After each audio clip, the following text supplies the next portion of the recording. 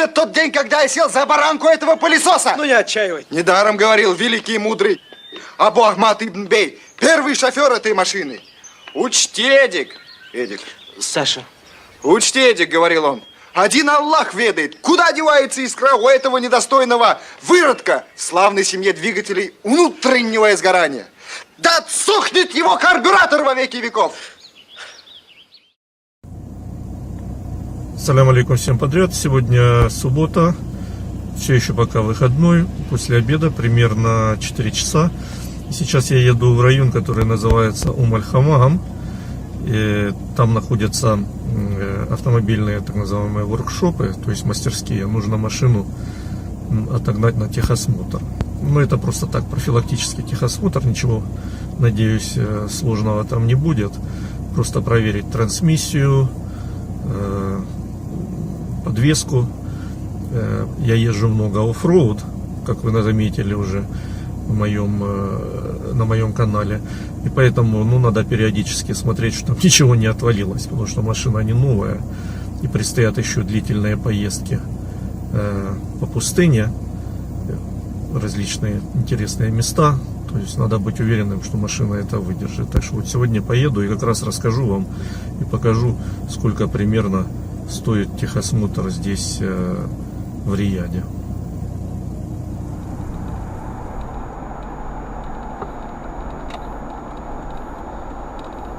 Так, вот это я выезжаю на Макка-Макарума Роуд, которую просто называют Макка Роуд, сокращенно. Ну, как понимаете, это дорога, которая ведет в Мекку. Это одна из главных улиц Рияда, которая пересекает Рияд с запада на восток.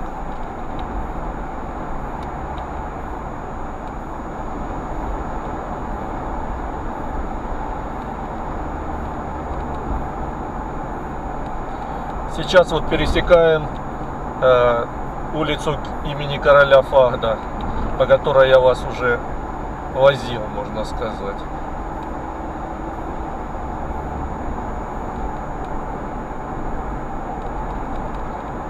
Этот большой автомобильный мост, который самый высокий, его только-только сдали недели 2 назад.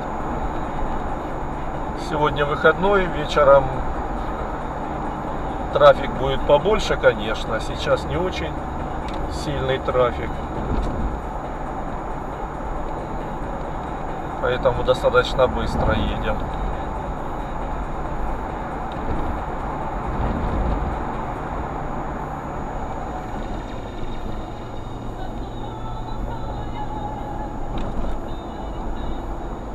Ну вот, собственно, мы въезжаем на эту улицу.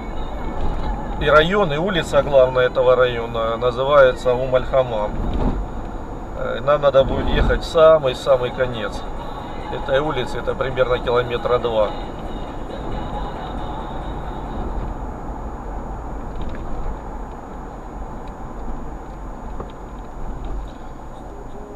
А вот справа красный автобус. Это общественный транспорт, городской автобус, что довольно редкое явление в Рияде.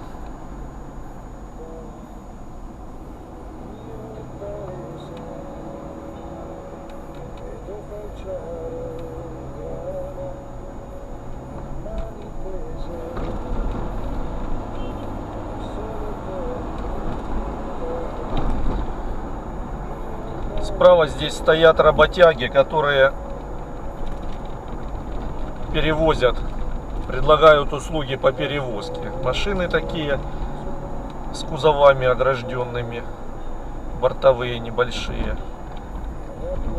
И они вот там мебель перевозят, все что угодно, в общем.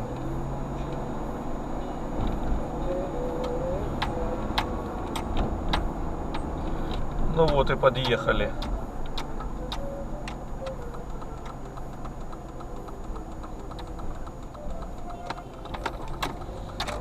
Вот прямо это и есть воркшоп, в котором я обслуживаю свою машину.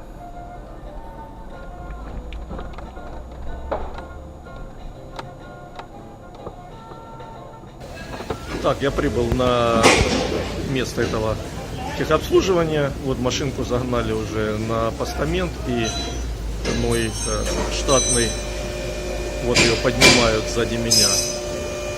Ее осматривает штатный техник мой, который тут единственный говорит по-английски. Он сам филиппинец, поэтому я, собственно, здесь и обслуживаю эту машину. Как показал опыт, он обычно нормальную цену называет, не завышает. Иначе, если видят иностранца, не местного, сразу цена возрастает автоматически вдвое, как минимум. Франсис осматривает мою машинку. Ну, вот это вот мой козлик или ослик. Chevrolet Trailblazer 2008 года, не новая машина, но пока что, чтобы не сглазить, ведет себя довольно неплохо.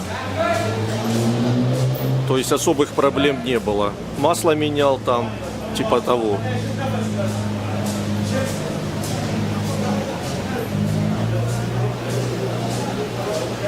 Ну, Франсис вот проверяет подвеску, трансмиссию.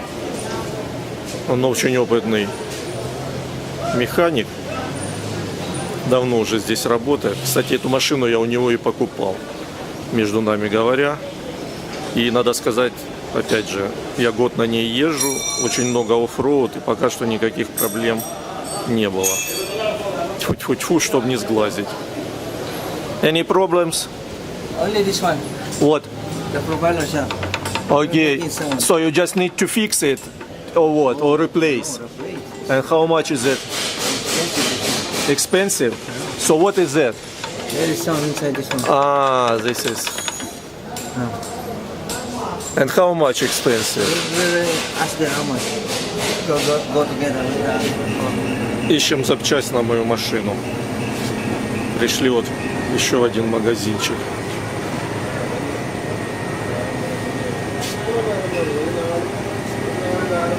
Звонит хозяин, узнает. Так, значит, меняю смазку в трансмиссии.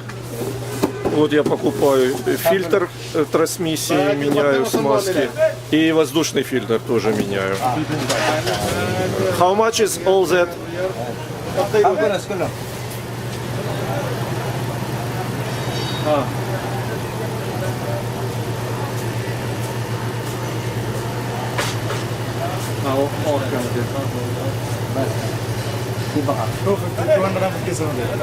Two,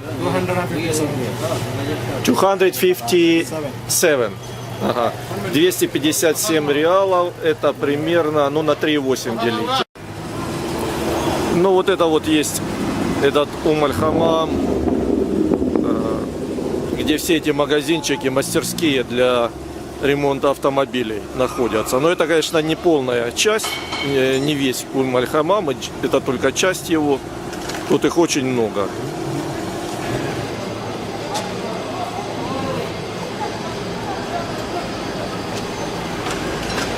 Ну, понятное дело, мечеть обязательно. Здесь же на заднем дворе, так сказать, в закоулках, брошенные автомобили с наклейками. Не знаю, что здесь написано, наверное, продаю. И мусор здесь же.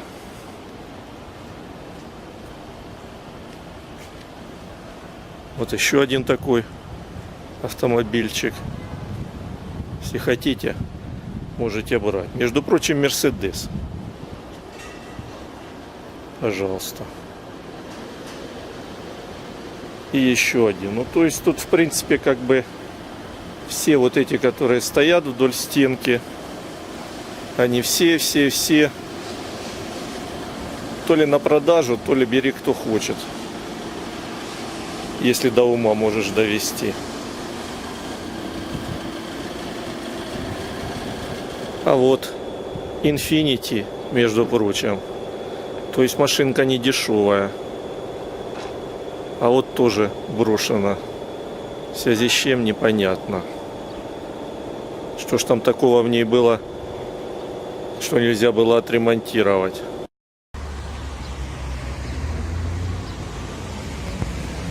Продолжаю прогулочку по Умаль-Хамаму. Вот слева от меня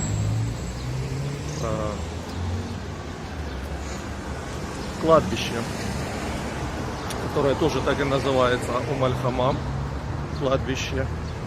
И мы на него сейчас зайдем, если нас пустят, в смысле меня, если меня пустят, и посмотрим, как устроено место последнего упокоения местных мусульман. Между прочим, напоминаю вам, что местное течение в исламе — это ваххабизм, то есть как бы ортодоксальный ислам.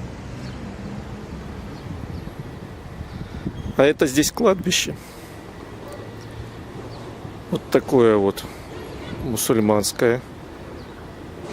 Меня сначала не хотели пускать.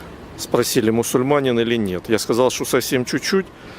Но когда я произнес шахаду на арабском языке, сказали, проходи. Вот такие скромные могилки. Никаких тебе памятников. Ничего. Кстати, в такой же абсолютно могиле хоронят и местного короля, когда умрет. Только не на этом кладбище, на другом.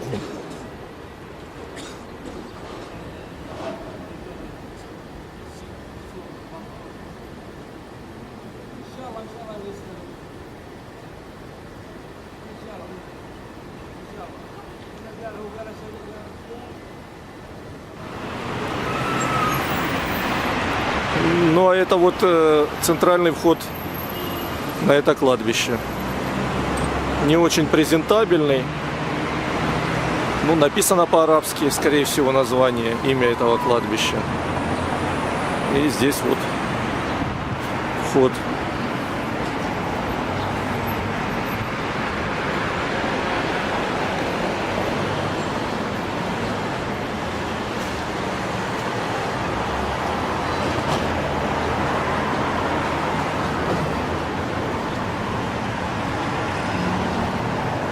Посетители молятся, поминают усопших, наверное. Кстати, вот этот вот хамерочек стоит здесь очень-очень давно. Тоже брошенный хозяином, таким раз таким. И мне очень интересно, сколько хозяин хотел бы за этот хамерочек и во сколько выльется довести его до рабочего состояния. Вот интересно, надо будет спросить у Франсиса. Может, он знает. Мечеть красивая. Особенно красивая, когда подсветка ночью.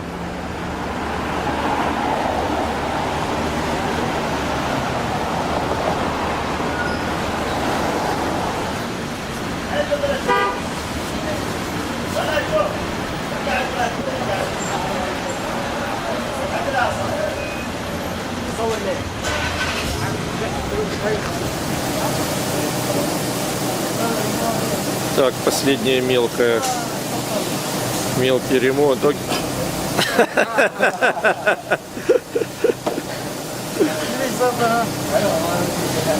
Фара мигает слишком часто, там надо чего-то заменить, лампочку что ли, и все.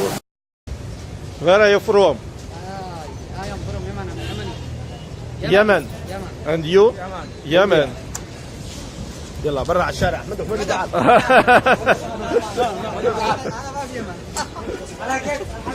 Are you all from Yemen? Yes. All Yemen.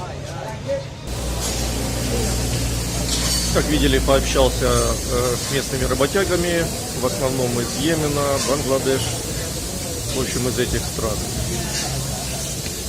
Ну и встречаются филиппинцы, как Франсис.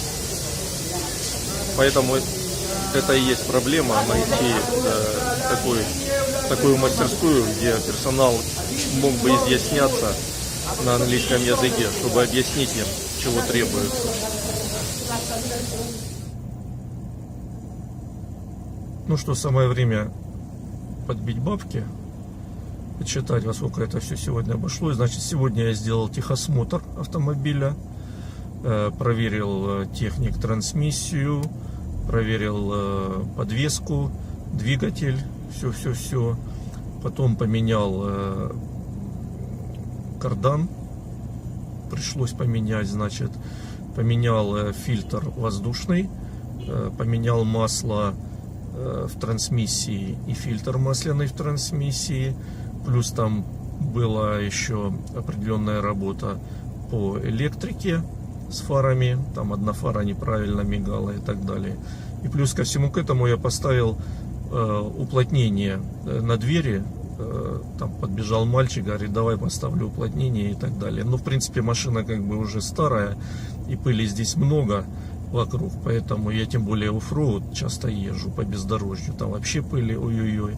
Поэтому я поставил эти уплотнения, чтобы меньше пыли в салон попадало, и плюс к этому это дополнительная звукоизоляция. То есть и все вот это все было сделано за 2 часа, ушло на это 2 часа, и ушло на это 1600 реалов, что примерно 350 400 баксов. 400 баксов, да, будем так считать. 400 американских долларов. Ну вот теперь вы имеете представление о том, каковы услуги по автосервису в Рияде. Это я скажу где-то, может быть, чуть-чуть завышенная цена, может быть, но не намного.